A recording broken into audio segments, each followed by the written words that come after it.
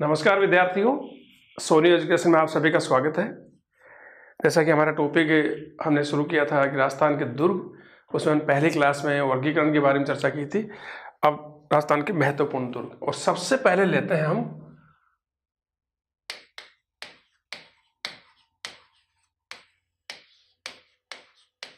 उदयपुर संभाग के दुर्ग। उदयपुर संभाग के दुर्ग। अब उदयपुर संभाग में कौन कौन से जिले हैं? देखिए, उदयपुर संभाग के जिले हैं 6 जिले। उनमें उदयपुर,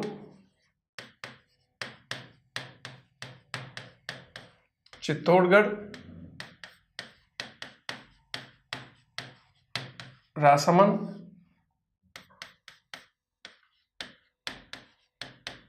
प्रतापगढ़,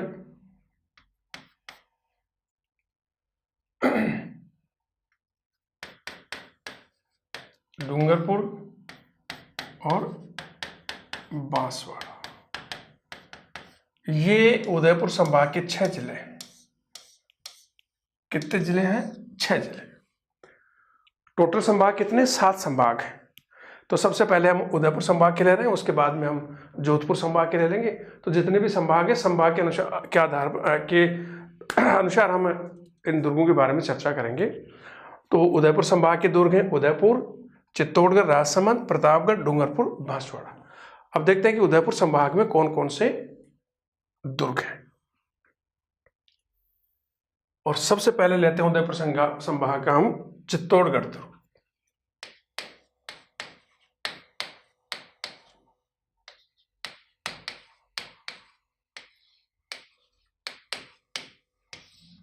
और कौन से जिले में है? चित्तौड़गढ़ जिले। दोस्तों, बहुत ही महत्वपूर्ण दुर्ग है, बहुत बड़ा विशाल दुर्ग है। बहुत सारे एग्जाम के दृष्टिकोण से बहुत सारे तथ्य हैं इसमें। तो शुरू करते हैं हम। पहले बिल्कुल तरीके से स्टेप बाय स्टेप चलेंगे अपन, धीरे धीरे। यदि हम बात करें श्रेणी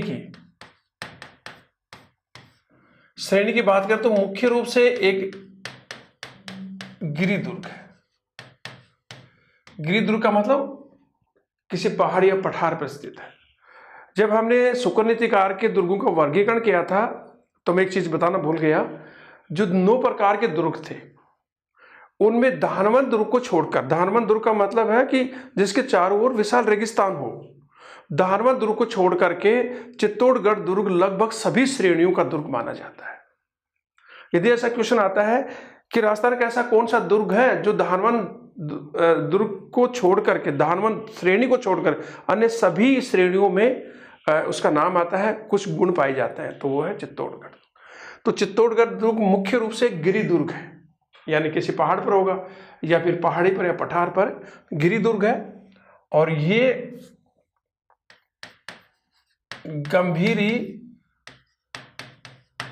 और बेडस नदियों का जो संगम है, गंभीरी और बेडस नदियों का संगम है, संगम पर ये मेसा पठार पर स्थित है। एक नदी दुर्ग के इधर से जाती है, एक इधर से जाती है, तो लगभग संगम पर स्थित है। तो गंभीरी और बेडस नदियों के संगम के पास या संगम पर कौन से पठार पर है? मेसा पठार पर, जिसकी ऊंचाई लगभग 610 मीटर है। मेसा पठार पर स्थित है।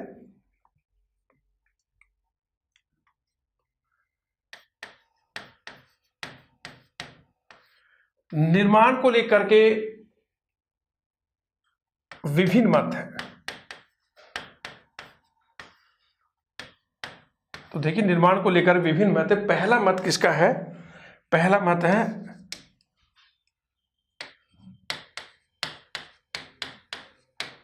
कवि राजा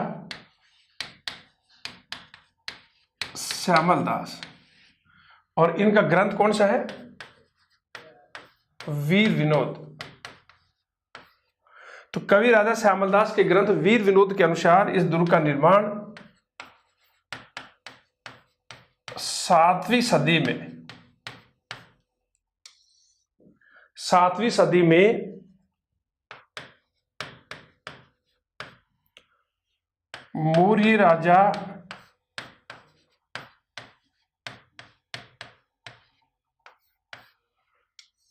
चित्रांगद ने करवाया था। किसने कराया? चित्रांगद ने। दूसरा मत देखिए,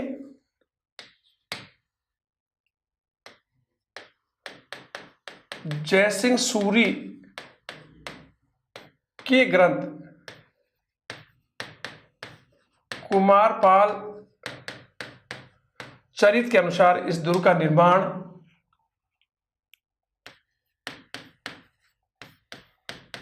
मौर्य राजा चित्रांग ने करवाया था। यह क्वेश्चन पिछली शिक्षक भर्ती में आया था। तीसरा मत है आधुनिक इतिहासकार डॉक्टर गौरीशंकर हीराचंद ओझा का। डॉक्टर ओझा के अनुसार भी इसका निर्माण मौर्य राजा चित्रांग ने करवाया था। दोस्तों एक ही व्यक्ति, एक ही राजा के नाम में यहां चित्रांगद आया है या चित्रांग आ रहा है, नाम एक ही व्यक्ति के नाम है, लेकिन अलग अलग ग्रंथ में अलग अलग थोड़ा सा अंतर आ रहा है। चित्रांग ने कराया था। चौथा मत है मोहनोत नैन्सी का। मोहनोत नैन्सी ने अपनी ख्यात में लिखा है, इनके अनुसार इसका निर्माण मौर्य राजा चित्रंग ने करवाया था। यह चित्रंग आ रहा है, यह चित्रांग है यहां भी, और यहां क्या है? चित्रांगद। तो देखिए दोबारा, चित्तौड़गढ़ दुर्ग चित्तौड़गढ़ जिले में है। श्रेणी मुख्य रूप से गिरी दुर्ग है जो गंभीरी और बेडस नदियों के संगम पर मेसा पठार पर स्थित है, जो लगभग 610 मीटर ऊंचा है। निर्माण को लेकर कुछ मत है। तो पहला जो सॉलिड मत है वो है कवि राजा श्यामलदास का, जिनका ग्रंथ है वीर विनोद। उन्होंने लिखा है कि इसका निर्माण 7वीं सदी में मौर्य राजा चित्रांगद ने करवाया है। इधर जयसिंह सूरी का ग्रंथ है कुमारपाल चरित, इसके अनुसार मौर्य राजा चित्रांग ने इसका निर्माण करवाया था। डॉक्टर ओझा जो गौरीशंकर हीराचंद ओझा हैं, जो उड़ीसा सिरोही के रहने वाले थे, उन्होंने भी कहा कि इसका निर्माण चित्रांग ने करवाया था। मोहनोत नैन्सी के अनुसार, जो जिनकी ख्यात नैन्सी ख्यात, उनके अनुसार इसका निर्माण मौर्य राजा चित्रंग ने करवाया था। लेकिन सबसे विश्वसनीय मत किसका है? कवि राजा श्यामलदास का। यदि क्वेश्चन आता है कि इसका निर्माण किसने करवाया था, किसी का भी मत नहीं आता है, तो आपको चित्रांगद करना है। अन्यथा जिसका नाम आ रहा है उसी का, जैसे मोहनोत नैन्सी के अनुसार इस दुर्ग का निर्माण किस मौर्य राजा ने करवाया था, तो आएगा चित्रंग के अनुसार, चित्रंग। तो आप देख लेना किस तरह से क्वेश्चन आता है।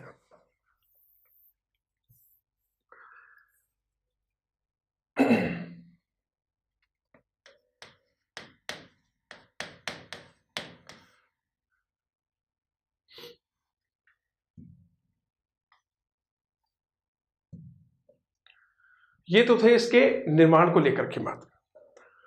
दुर्ग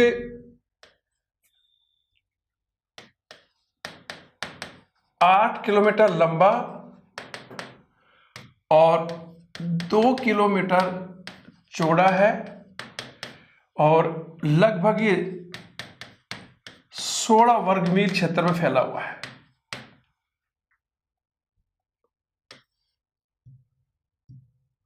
16 वर्ग किलोमीटर में फैला हुआ है। इसी कारण इसको महादुर्ग की संज्ञा भी दी गई है। आपने देखा होगा, देखिए किस तरह से है, इस तरह से है दुर्ग, ये है मेसा पठार इस तरह से,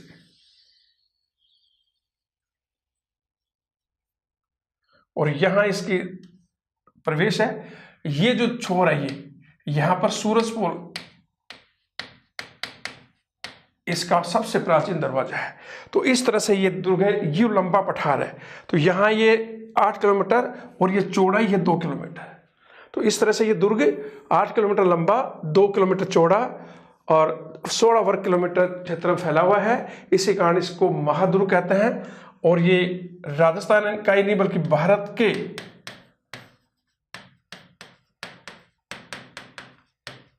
विशालतम दुर्गों में आता, दुर्गों में से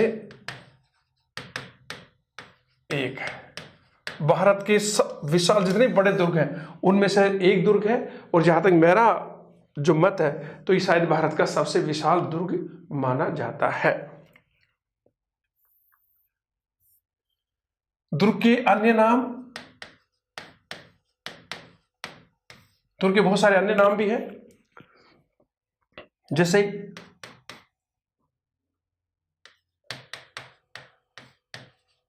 राजस्थान के दुर्गों का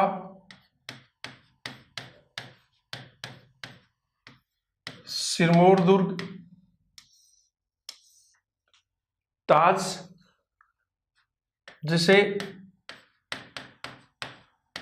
राजस्थान का गौरव,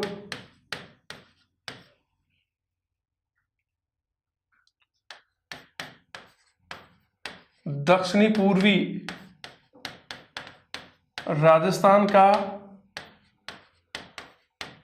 प्रवेश द्वार। तो देखिए कैसे, देखिए दोस्तों,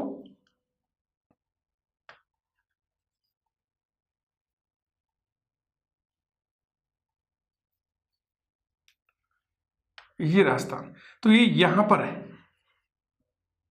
इस तरह से। दक्षिणी पूर्वी राजस्थान का प्रवेश द्वार,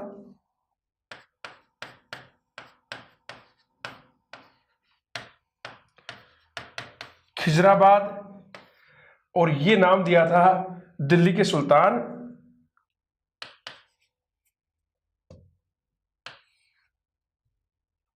अलाउद्दीन खिलजी के द्वारा नाम दिया गया था। आपको पता होगा कि जब दुर्ग में पहला साका हुआ था तो अलाउद्दीन खिलजी ने दुर्ग पर अधिकार कर लिया था, और उसके बाद में अपने बेटे खिजर खां के नाम पर इसका नाम क्या कर दिया, खिजराबाद। तो ये भी क्वेश्चन आता है कई बार कि अलाउद्दीन खिलजी ने दुर्ग पर अधिकार करके इसका नाम क्या रखा, खिजराबाद। पांचवा देखिए,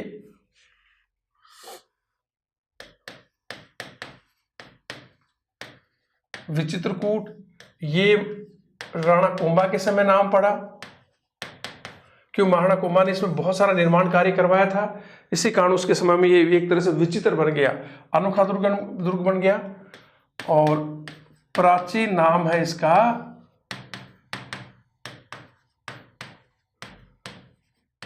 चित्रकूट या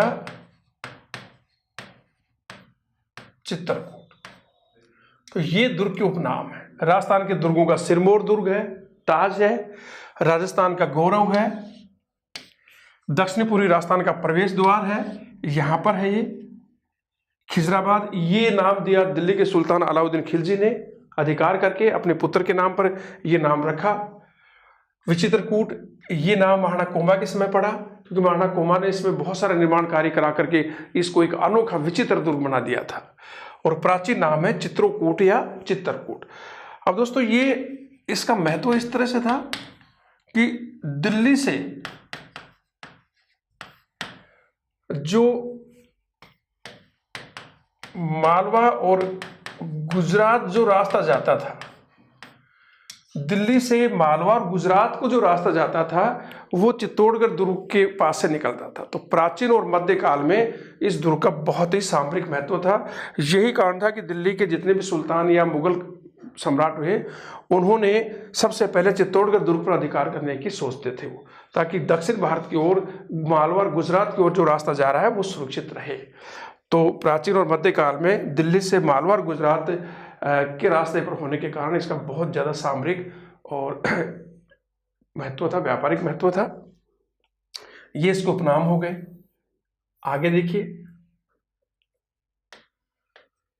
734 ईस्वी में 734 ईस्वी में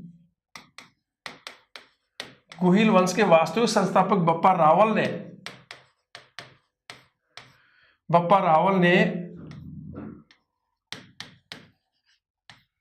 मौर्य राजा मानमौरी को पराजित करके दुर्ग पर अधिकार कर लिया।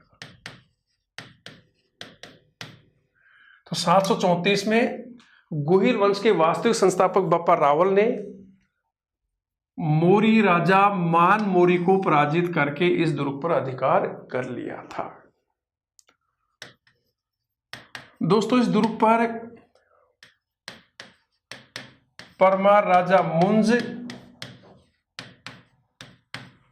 और गुजरात के सोलंकी चालुक्य, सोलंकी राजा जयसिंह सिद्धराज ने भी अधिकार किया था, कुछ समय तक उनका अधिकार रहा था। तो परमार राजा मुंज ने दुर्ग पर अधिकार कर लिया था। उसी प्रकार सोलंकी अर्थात गुजरात के जो सोलंकी चालुक्य राजा था जयसिंह सिद्धराज ने, उसने भी इस दुर्ग पर अधिकार किया था। नेक्स्ट पॉइंट देखिए, दुर्ग का अधिकांश निर्माण कार्य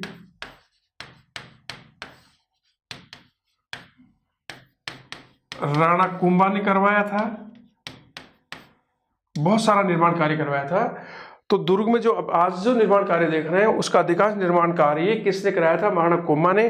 इसी कारण कुंभा को इस दुर्ग का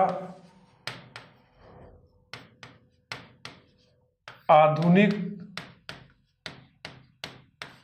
निर्माता भी कहा जाता है। राजस्थान का सबसे बड़ा लिविंग फोर्ट, बहुत बार क्वेश्चन आ गया कि राजस्थान का सबसे बड़ा लिविंग फोर्ट कौन सा दुर्ग है? आवासीय दुर्ग चित्तौड़ का। तो ये राजस्थान का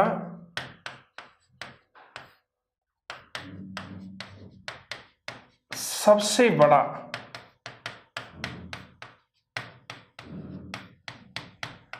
लिविंग फोर्ट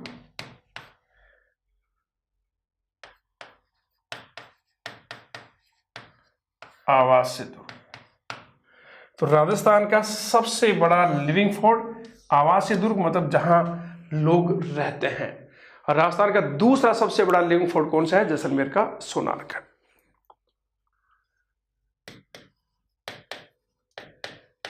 दुर्ग की आकृति है व्हेल मछली जैसी।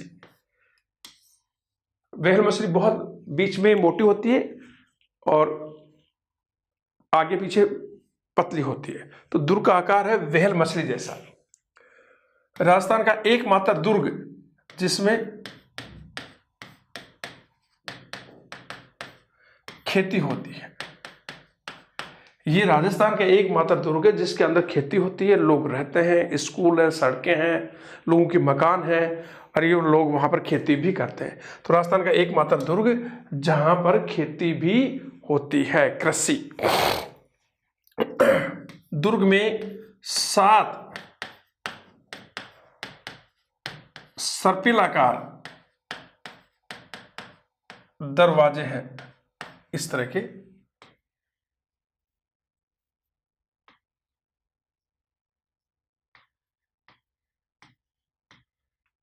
तो दुर्ग में 7 सर्पिलाकार दरवाजे हैं। देखिए कौन कौन से। पहला दरवाजा है पाटनपोल, दूसरा दरवाजा है भैरवपोल, तीसरा दरवाजा है हनुमानपोल, चौथा दरवाजा है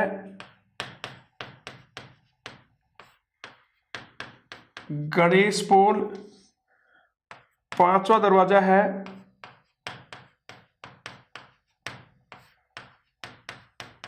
जोड़लापोल और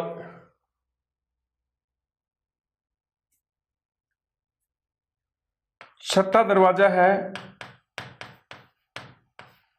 गणेशपोल और 7वां दरवाजा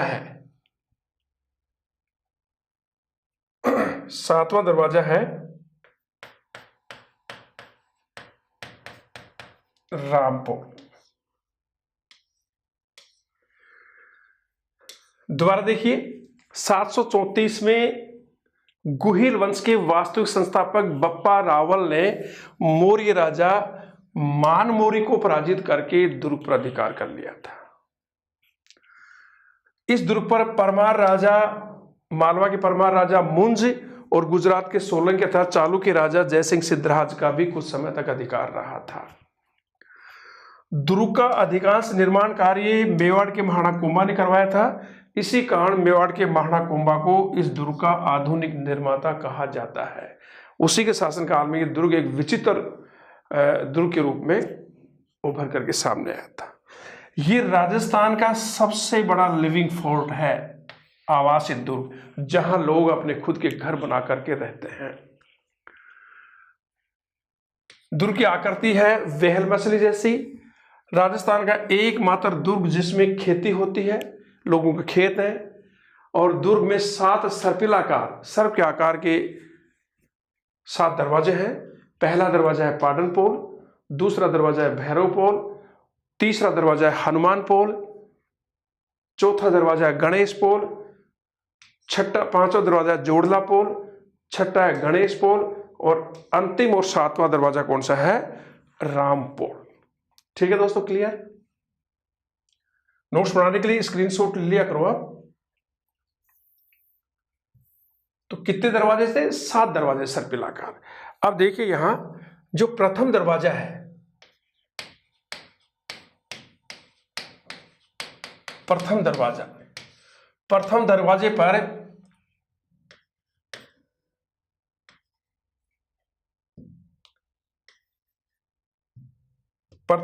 पर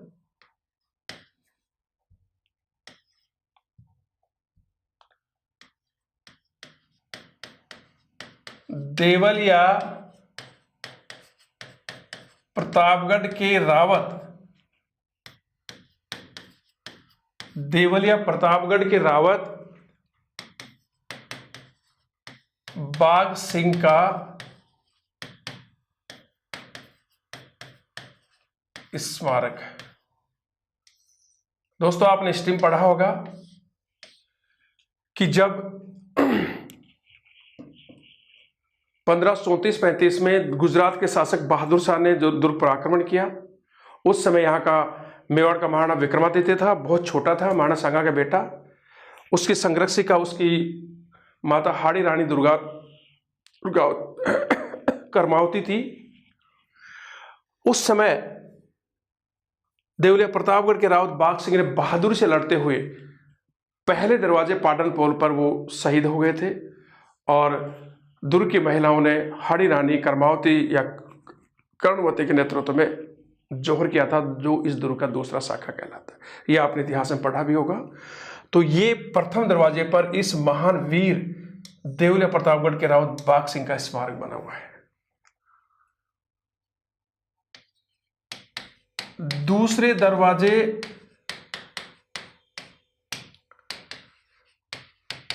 भैरव पोल और तीसरे दरवाजे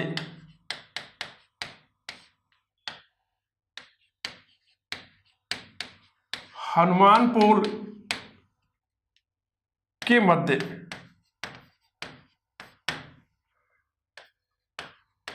जयमल राठौड़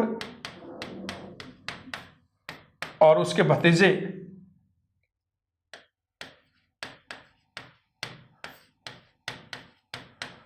कल्ला राठौड़ के स्मारक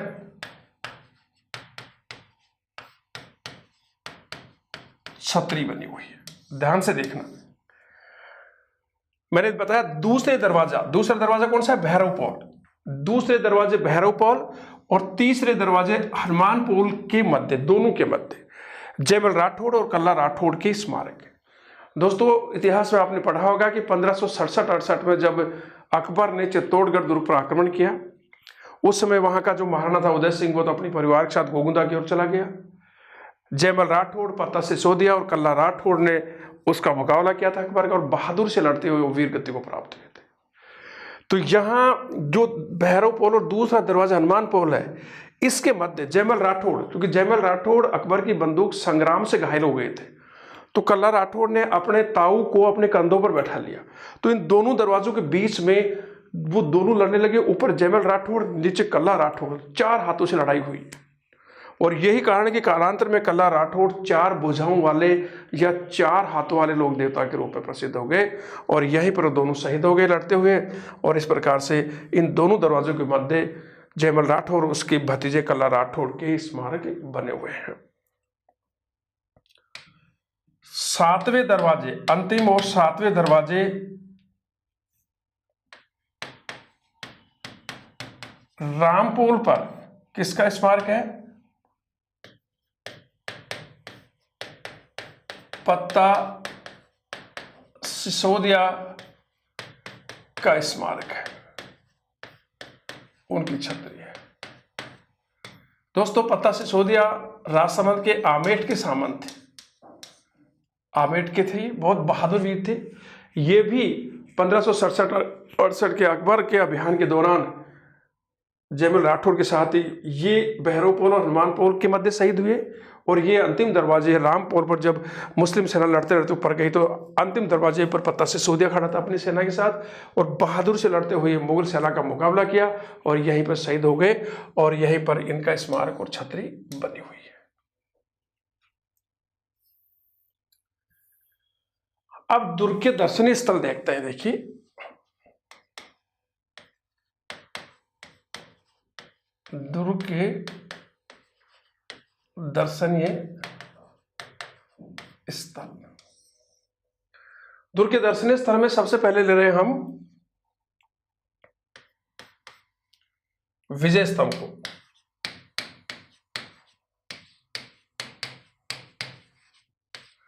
इसे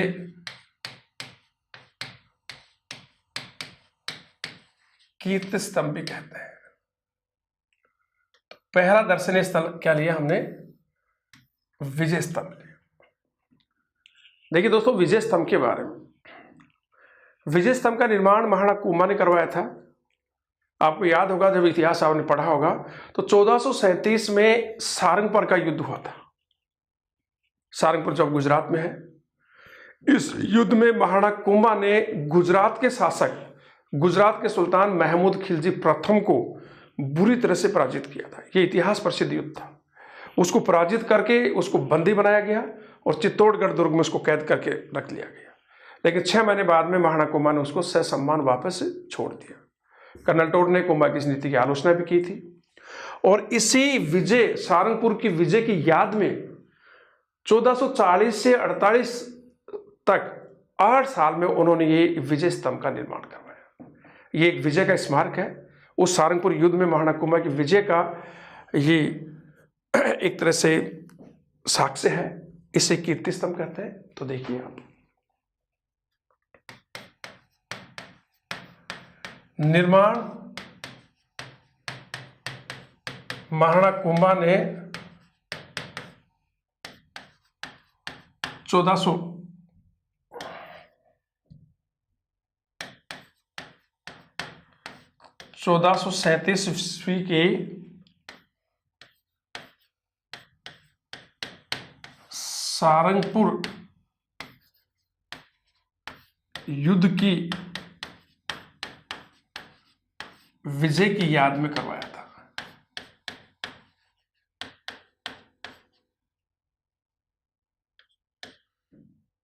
युद्ध की विजय की याद में इसका निर्माण करवाया था। तो इसका निर्माण किसने करवाया था? महाराणा कुंभा ने। कौन सा युद्ध की? 1437 में सारंगपुर युद्ध की विजय की याद में कराया था। इस युद्ध में महाराणा कुंभा ने किसको हराया था? इस युद्ध में महाराणा कुंभा ने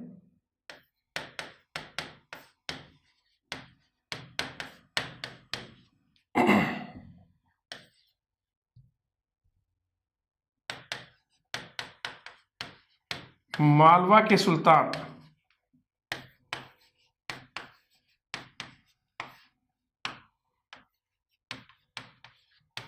महमूद खिलजी प्रथम को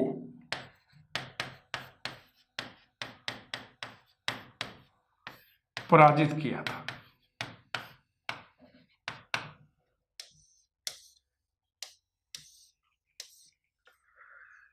तो विजय स्तंभ का निर्माण महाराणा कुंभा ने 1437 ईस्वी के सारंगपुर युद्ध की विजय की याद में स्मृति में करवाया था और इस युद्ध में महाराणा कुंभा ने मालवा के सुल्तान महमूद खिलजी प्रथम को पराजित किया था। ठीक है, ये इतिहास में पढ़ा होगा आपने। समय 1440 से 1448 वे हुआ 90 लाख रुपए। उस समय 90 लाख रुपए भी बहुत ज्यादा थे। और इसका वास्तुकार था, इसका वास्तुकार शिल्पी आर्किटेक्ट, इसका वास्तुकार कौन था? जेता। और जेता को इस कार्य में सहयोग दिया इसके 3 पुत्रों ने। 3 पुत्र कौन कौन से थे? नापा,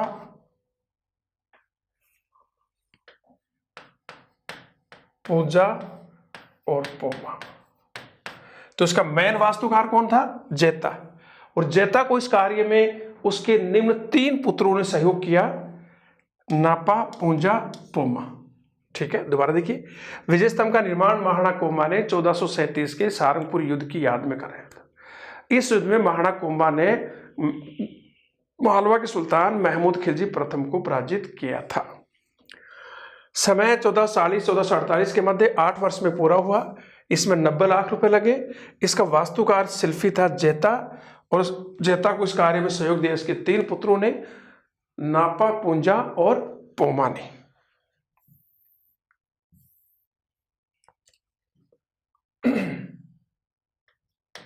विजय स्तंभ की लंबाई है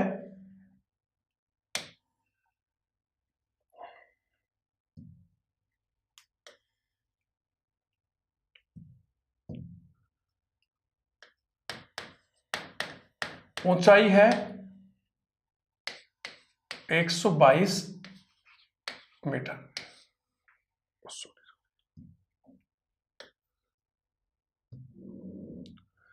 122 फीट।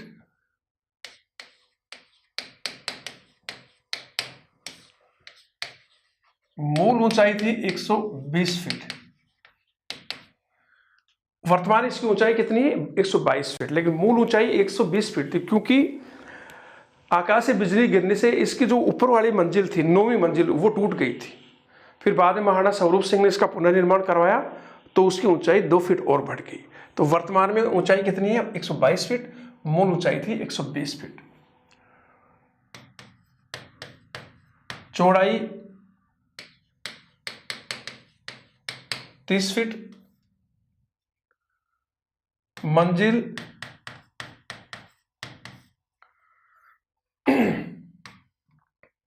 9।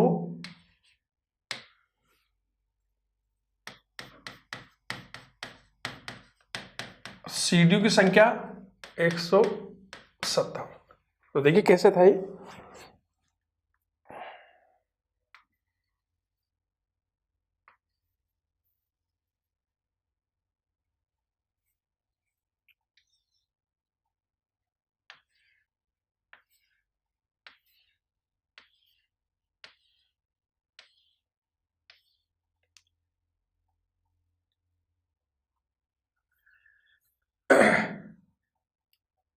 एक, 2, 3, 4, 5, 6, 7, 8 और 9।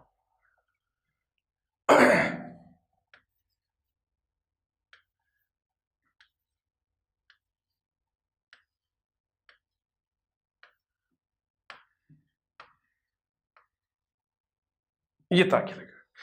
ये विजय स्तंभ है। तो मंजिल कितनी है इसकी? 9। सीढ़ी संख्या अंदर है कितनी है? 157। अब जो तीसरी मंजिल है, तीसरी मंजिल में कौन सी में? इसमें। तीसरी मंजिल में 9 बार अरबी भाषा में, ध्यान रखना ये आया हुआ क्वेश्चन है, 9 बार अरबी भाषा में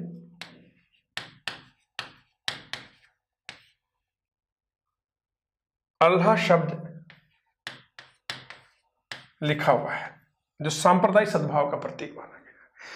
क्वेश्चन पूछा गया कि विजय स्तंभ की कौन सी मंजिल में 9 बार अल्लाह शब्द लिखा हुआ है? तीसरी मंजिल में।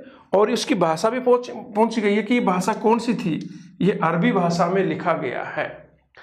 दोस्तों विजय स्तंभ की जितनी भी मंजिल है ये, इनमें हिंदू देवी देवताओं की मूर्तियां बहुत बड़ी संख्या में है, यानी कि कहीं भी कोई जगह नहीं है जहां पर मूर्ति नहीं हो, और सबसे ज्यादा भगवान विष्णु की मूर्तियां हैं। लेकिन एक मंजिल ऐसी है जिसमें कोई मूर्ति नहीं है, 8वीं मंजिल में। 8वीं मंजिल में कोई मूर्ति नहीं है। और सर्वाधिक मूर्तियां किसकी हैं? भगवान विष्णु की। तो 8वीं मंजिल में कोई मूर्ति नहीं है और सर्वाधिक मूर्तियां भगवान विष्णु की। तो विजय स्तंभ में हिंदू देवी देवताओं की मूर्तियां हैं, 8वीं मंजिल में कोई मूर्ति नहीं है, सर्वाधिक मूर्तियां भगवान विष्णु की है। तो देखिए ऊंचाई 122 फीट है, मूल ऊंचाई 120 फीट थी, वर्तमान में 122 है। चौड़ाई 30 फीट है, मंजिल 9 है, सीढ़ी की संख्या 157 है। तीसरी मंजिल में 3 बार अरबी भाषा में अल्लाह शब्द लिखा हुआ है। पूरे विजय स्तंभ में ताकों में हिंदू देवताओं की बहुत सारी मूर्तियां हैं, सबसे ज्यादा मूर्तियां भगवान विष्णु की हैं, लेकिन 8वीं मंजिल में कोई मूर्ति नहीं है।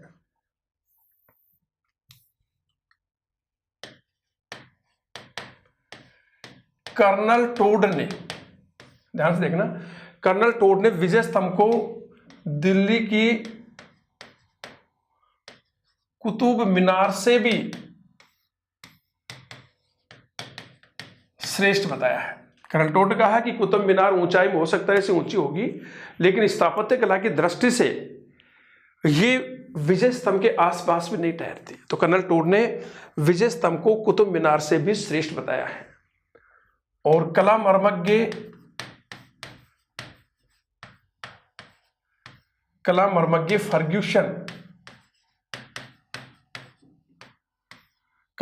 फर्ग्यूसन ने इसकी तुलना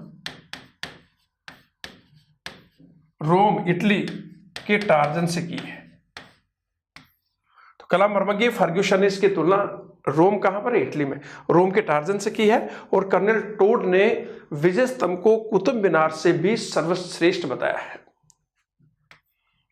राजस्थान की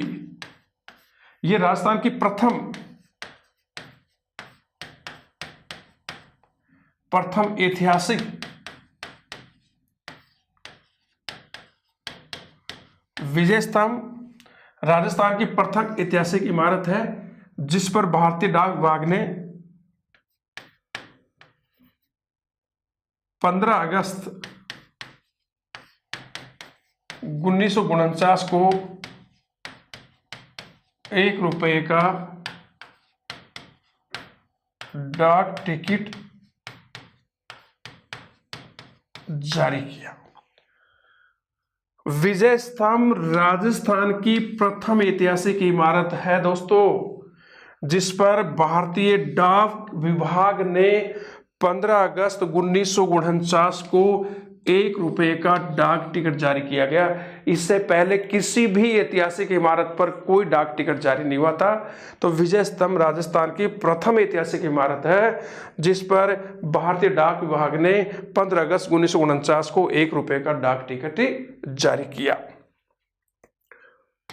वर्तमान में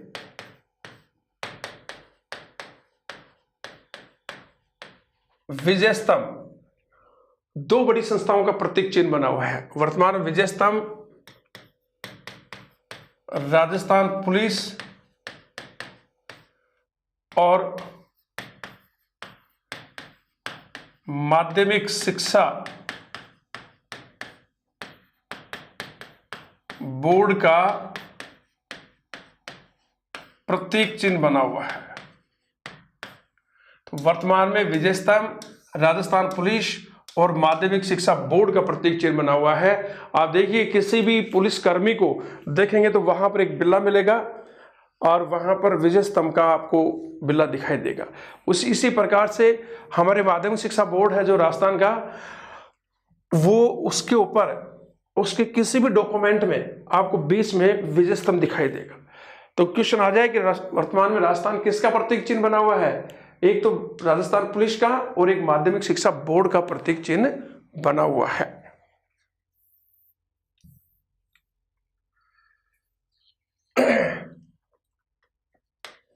उपनाम देखिए, विजय स्तंभ के उपनाम या अन्य नाम देखिए।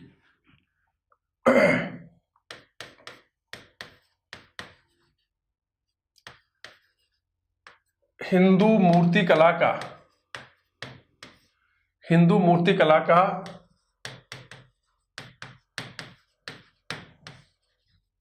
अजायब घर, पहला उपनाम। दूसरा देखिए,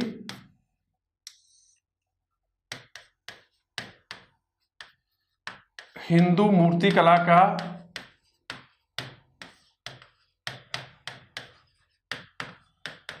खजाना, हिंदू मूर्ति कला का खजाना।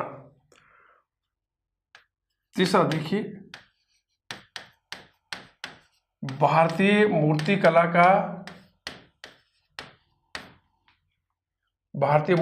का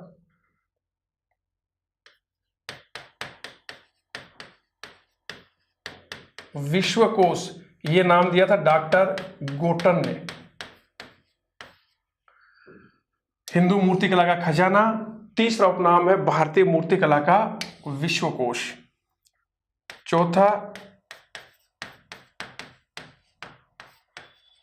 विष्णु ध्वज, क्योंकि विजय स्तंभ में सबसे ज्यादा मूर्तियां किस देवता की हैं? भगवान विष्णु की। और भगवान विष्णु को महाराणा कुंभा अपना व्यक्तिगत इष्ट देव मानता था।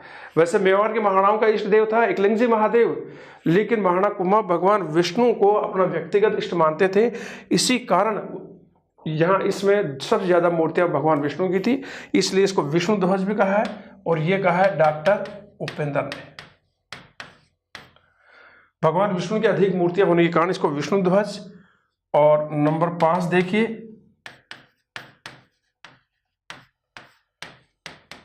विक्ट्री टावर, विजय का स्मारक। नंबर 6 देखिए, हिंदू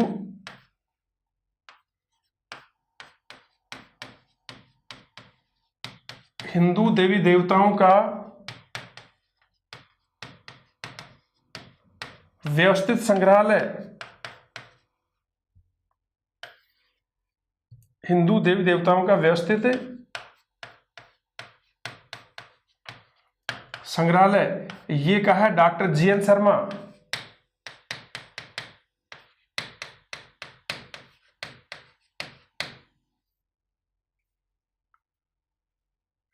डॉक्टर जीएन शर्मा का मतलब डॉक्टर गोपीनाथ शर्मा।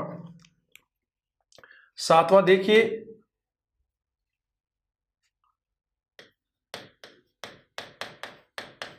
पौराणिक देवताओं का अमूल्य कोश, ये कहा है डॉक्टर ओझा, डॉक्टर गौरी शंकर हीराचंद ओझा होने से पौराणिक देवताओं का अमूल्य कोश। 8वां देखिए, संगीत की भव्य चित्रशाला, डॉक्टर सीमा राठौड़।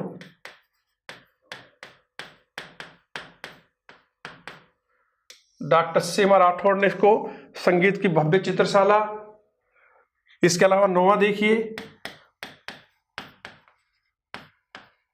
हिंदू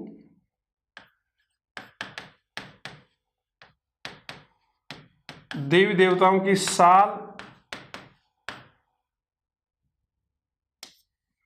तो बहुत सारे उपनाम हैं, बहुत सारे क्वेश्चन भी आ गया। हाँ, हिंदू मूर्ति कला का अजायब घर, हिंदू मूर्ति कला का खजाना, भारतीय मूर्ति कला का विश्वकोश, ये डॉक्टर गोटन ने कहा है इसे। विष्णु ध्वज, ये डॉक्टर उपेंद्र ने कहा है क्योंकि सबसे ज्यादा मूर्तियां भगवान विष्णु की हैं। विक्ट्री टावर, हिंदू देवी देवताओं का व्यवस्थित संग्रहालय, डॉक्टर गोपीनाथ शर्मा ने। पौराणिक देवताओं का अमूल्य कोश, डॉक्टर ओझा। संगीत की भव्य चित्रशाला, डॉक्टर सीमा राठौड़ ने कहा है। और हिंदू देवी देवताओं की शाल, ये विजय स्तंभ के अन्य नाम थे। विजय स्तंभ के बारे में मैंने आपको विस्तार से बता दिया दोस्तों, और मुझे नहीं लगता कि यहां से कोई क्वेश्चन बाहर जाएगा। तो हम पढ़ रहे थे चित्तौड़गढ़ दुर्ग के दर्शनीय स्थल। दूसरा स्थल देखिए,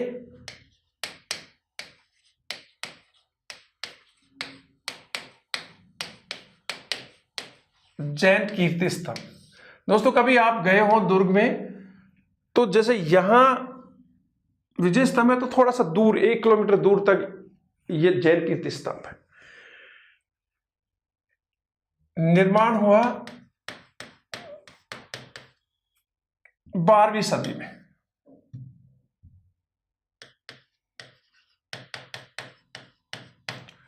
बारहवीं सदी में इसका निर्माण हुआ, और इसका निर्माण करवाया था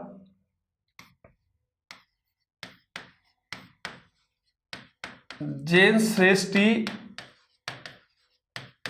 भगेरवाल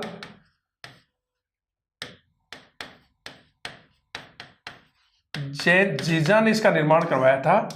जैन व्यापारी भगेरवाल जैन जीजा ने इसका निर्माण करवाया था। और ये किसको समर्पित है?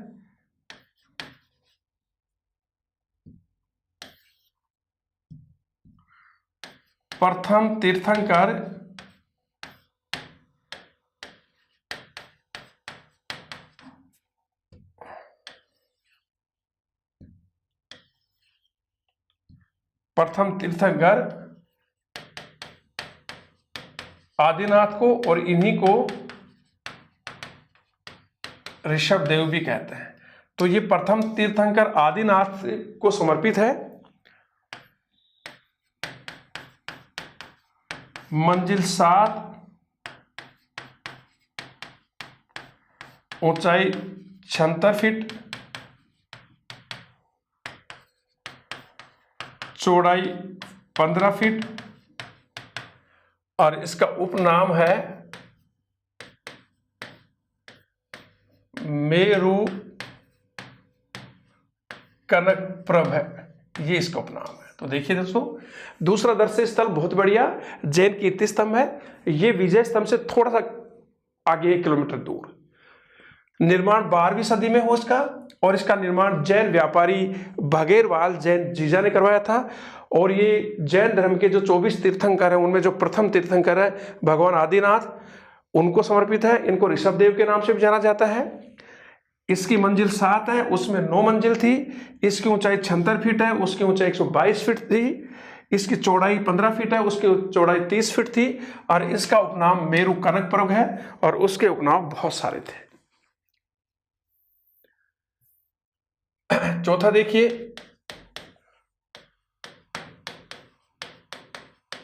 पद्मिनी महल। पांचवा देखिए, फतेह महल। इसका निर्माण राणा फतेह सिंह ने करवाया था, और वर्तमान में ये म्यूजियम के रूप में इसको काम में लिया जा रहा है। छठा देखिए, राणा कुंभा का महल। इसी में राणा उदय सिंह का जन्म हुआ था। सातवां देखिए, गोरा बादल महल। गोरा ये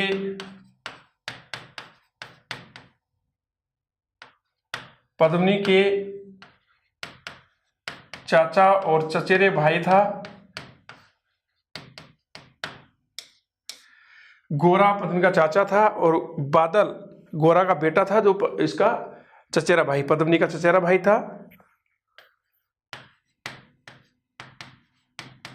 9 कोठा मकान। इसे 9 कोठा महल भी कहते हैं, और इसका निर्माण करवाया था बनवीर ने।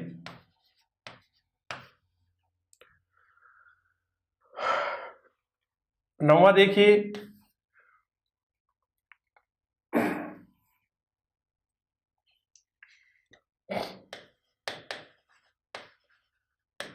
हाथी कुंड, सूर्य कुंड, गोमुख कुंड,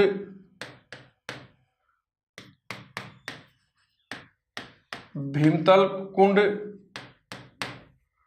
10वां देखिए चित्रांगबोरी, चित्रांगबोरी तालाब,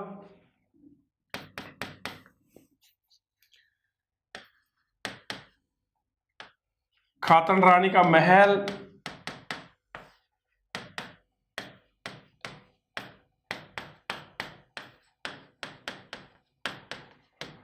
हरामियों का बाड़ा,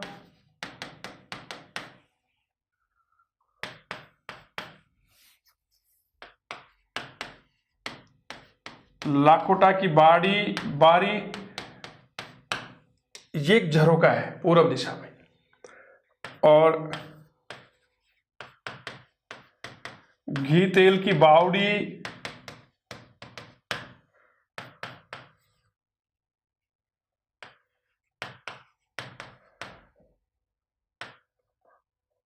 भामासा की हवेली,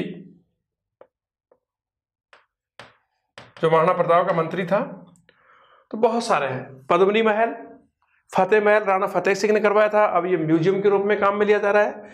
राणा कुंभा का महल, यहीं पर राणा उदय सिंह जो महाराणा प्रताप के पिता थे उनका जन्म हुआ था। गोरा बादल महल, ये पद्मनी के चाचा और चचेरा भाई थे। नौकोठा महल, इसे नौकोठा महल भी कहते हैं, नौकोठा मकान, इसका निर्माण बनवीर ने करवाया था, दासी पुत्र। हाथी कुंड, सूर्य कुंड, गोमुख कुंड और भीमतल कुंड, ये कुंड है। चित्रांगबोरी तालाब है, खातन रानी का महल है, हरामियों का बाड़ा, लाखोटा की बारी, ये एक झरोका है। घी तेल की बावड़ी, ये क्वेश्चन पूछ लिया गया है। और भामासा जो महाराणा प्रताप का मंत्री था उसकी हवेली भी है। ये इसमें दर्शनीय स्थल है दोस्तों।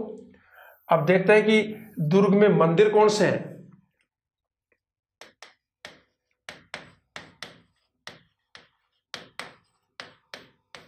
दुर्ग के मंदिर, तो पहला मंदिर देखिए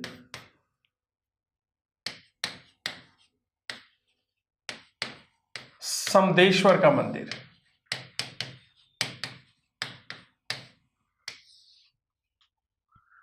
दोस्तों समदेश्वर के मंदिर, मूल मंदिर का निर्माण है,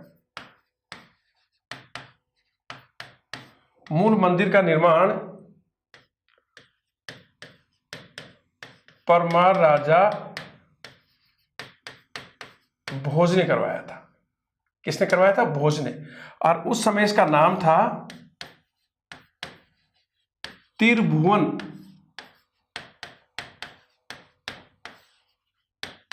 नारायण का मंदिर।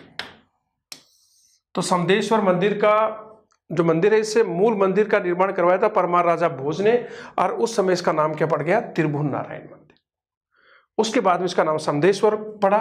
उसके बाद में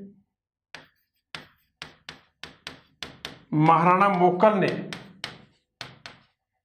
इसका जीर्णोद्धार अर्थात इसकी मरम्मत करवाई, और इसी महाराणा मोक्कल के नाम पर इसका नाम क्या पड़ गया? मोक्कल का मंदिर। इसे ही मोक्कल का मंदिर भी कहते हैं, क्योंकि महाराणा मोक्कल ने इसका मरम्मत करवाई थी, इसका जीर्णोद्धार करवाया था। तो समदेश्वर का मंदिर, इस मंदिर के जो मूल मंदिर है इसका निर्माण करवाया था परमार राजा भोज ने। उस समय इसका नाम था त्रिभुवन नारायण का मंदिर। बाद में इसका नाम समदेश्वर का मंदिर हो गया। और महाराणा मोक्कल ने जब इसका जीर्णोद्धार कराया तो उसने अपने नाम पर इसका नाम क्या रख दिया? मोक्कल का मंदिर। दूसरा देखिए, ये क्वेश्चन आया हुआ है, कालिका माता का मंदिर।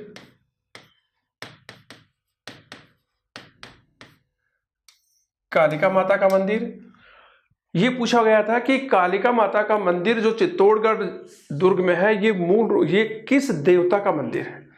दुर्गा माता का, काली माता का, भगवान सूर्य का या भगवान विष्णु का? ये ऑप्शन थे दोस्तों।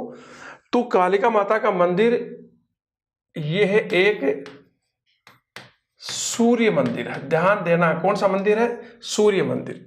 और इसका निर्माण करवाया था मौर्य राजा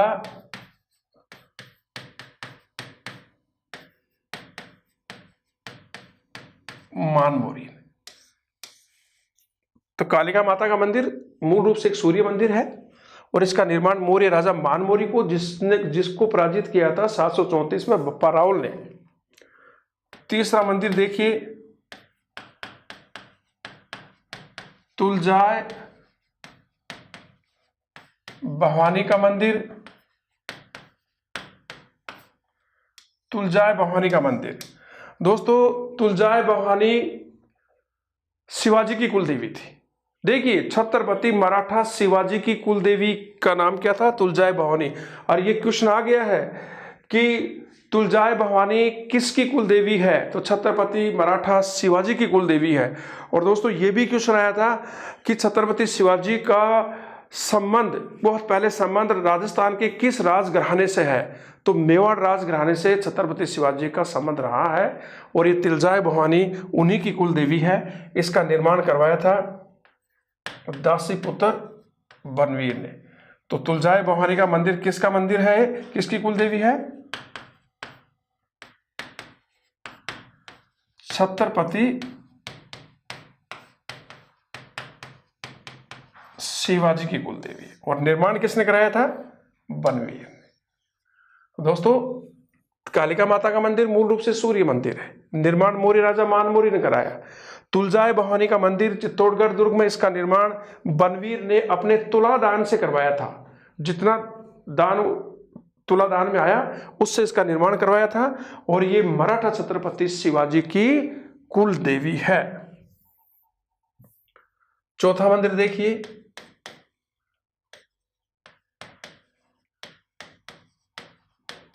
कुमश्याम मंदिर। दोस्तों मूल रूप से यह एक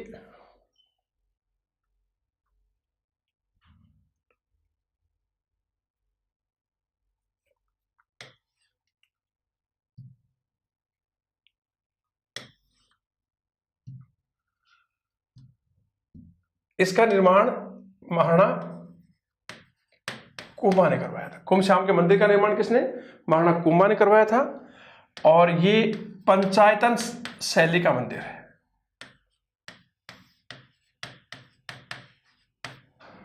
किस शैली का मंदिर है? पंचायतन शैली का मंदिर। देखिए दोस्तों, भारत में मंदिर निर्माण की मुख्य रूप से दो शैलियां हैं। उत्तर भारत के मंदिर नागर शैली में बने हैं, दक्षिण भारत के मंदिर द्रविड़ शैली में बने हैं। और फिर उप शैलियां आ गई, जैसे महामारू शैली है, प्रतिहार शैली है। पंचायतन शैली क्या है? ये मंदिर पंचायतन शैली का बना हुआ है। महाराणा कुंभा ने इसका निर्माण कराया था और ये एक विष्णु मंदिर है। कौन सा मंदिर है? विष्णु मंदिर। अब पंचायतन शैली क्या होती है देखिए,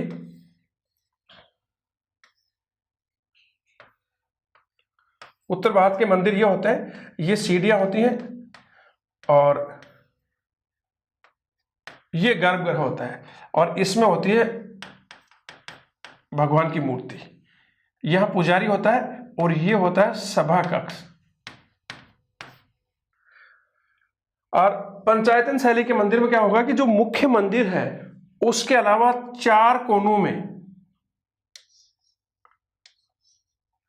जो चार कोना है मंदिर के, उनमें भी संबंधित देवता की मूर्तियां हैं। जैसे भगवान विष्णु का मंदिर है तो भगवान कृष्ण का, भगवान राम का, हनुमान जी का, गणेश जी का, ये मंदिर हो गए। तो पंचायतन शैली क्या होती है? मुख्य मंदिर के अतिरिक्त मंदिर के चारों कोनों में चार छोटे छोटे मंदिर और होते हैं अन्य देवताओं की। ठीक है। पांचवा मीरा मंदिर। और दोस्तों मीरा मंदिर के सामने ही उनके गुरु रैदास की छतरी है। तो मीरा मंदिर के सामने ही मीरा के आध्यात्मिक गुरु संत रैदास की छतरी भी है। ये क्वेश्चन भी आ गया कि संत रैदास की छतरी कहां पर है? चित्तौड़गढ़ दुर्ग में। 6 देखिए, श्रृंगार चौरी का मंदिर।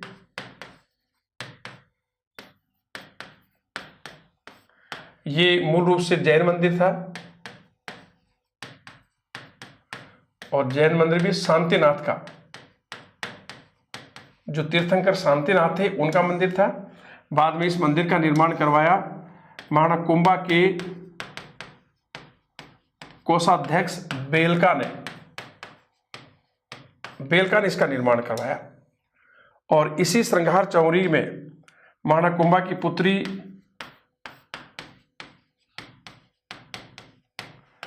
रमाबाई का विवाह हुआ था।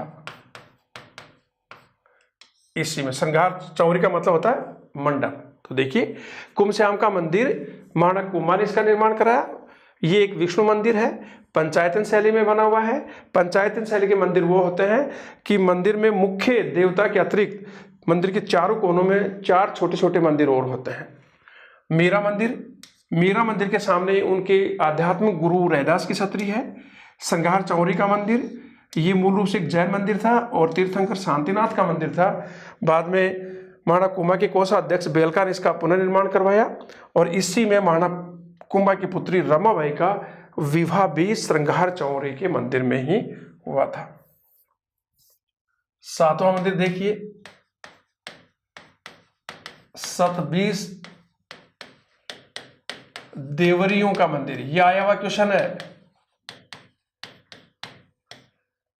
20 + 7 = 27। सतबीस देवरियों का मंदिर। तो दोस्तों, पहली बात कि ये किसका मंदिर है, तो यह जैन मंदिरों का समूह है। क्या है ये? जैन मंदिरों का एक समूह है, और यहां 27 देवरियों की पूजा की जाती है। और इस मंदिर में जो मुख्य मूर्ति है, मुख्य मूर्ति प्रथम तीर्थंकर ऋषभ देव की है। 27 देवरियों का मंदिर यानी कि 27, ये जैन मंदिरों का समूह है। इसमें 27 देवरियों की पूजा की जाती है। मुख्य मूर्ति प्रथम तीर्थंकर ऋषभ देव की है। 8वां मंदिर नीलकंठ महादेव का मंदिर।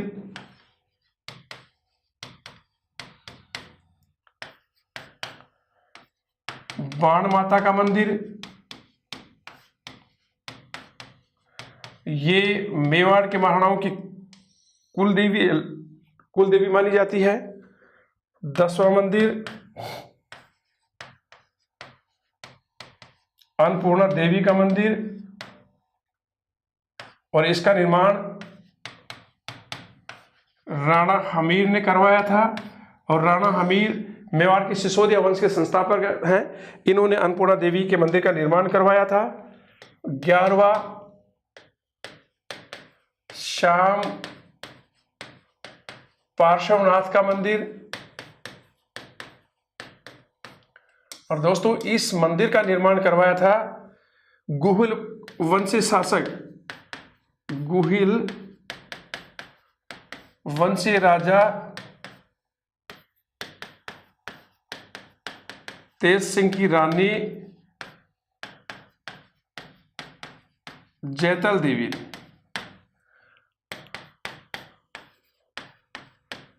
जटाशंकर का मंदिर, ये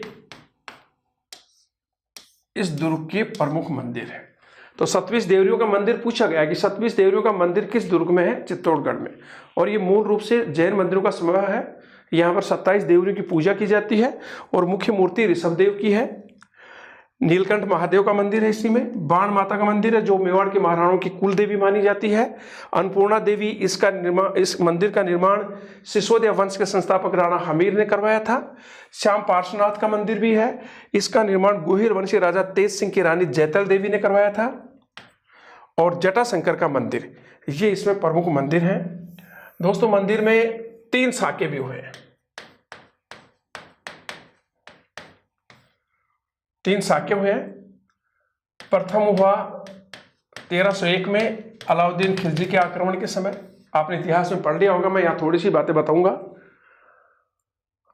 और किसके नेतृत्व में हुआ? महारानी पद्मिनी के नेतृत्व में 1600 महिलाओं ने जौहर किया था। तो दुर्ग का प्रथम शाखा 1301 में तब हुआ जब अलाउद्दीन खिलजी ने आक्रमण किया। रतन सिंह, गोरा बादल सहित वीरगति को प्राप्त हुए। दुर्ग की 1600 महिलाओं ने पद्मिनी के नेतृत्व में जौहर किया, जो इस दुर्ग का प्रथम शाखा और राजस्थान के इतिहास का प्रथम सबसे बड़ा शाखा माना गया है। दूसरा शाखा हुआ 1534-35 में एग्जिट है 8 मार्च 1535। और जब किसने आक्रमण किया? जब गुजरात के शासक बहादुर शाह ने आक्रमण किया अपने तोपची रूमी खां के नेतृत्व में। इस समय यहाँ का महाराणा था विक्रमादित्य, बहुत छोटा था, उसे अपने ननियाल भेज दिया गया। हाड़ी रानी जो कर्मावती थी उसने प्रताप सिंह देवलिया प्रताप सिंह के रावत बाघ सिंह को नेतृत्व दिया। बहादुर से वो लड़ता वीरगति को प्राप्त हुआ। और दुर्ग की महिलाओं ने रानी कर्मावती के नेतृत्व में जौहर किया, जो इस दुर्ग का दूसरा शाखा कहलाता है। तीसरा शाखा हुआ 1567-68 में, और ये एग्जिट तारीख है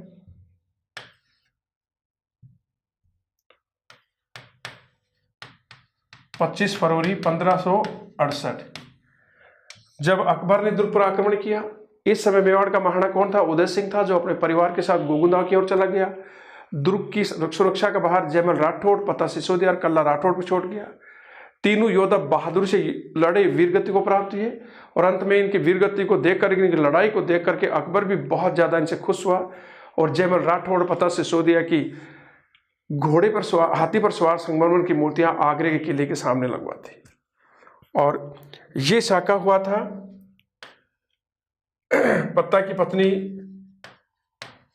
फूल कंवर के नेतृत्व में। और इस प्रकार से दोस्तों ये 3 शाखे हुए।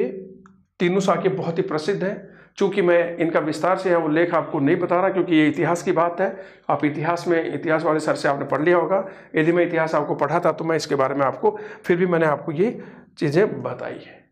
और इस प्रकार से राजस्थान का ये बहुत ही बड़ा दुर्ग, जो लगभग हमें 1 सवा घंटा लगा, हमने इस पर चर्चा की। और फिर इसके बाद में जो भी क्वेश्चन होंगे वो क्वेश्चन आपके सामने। नमस्कार।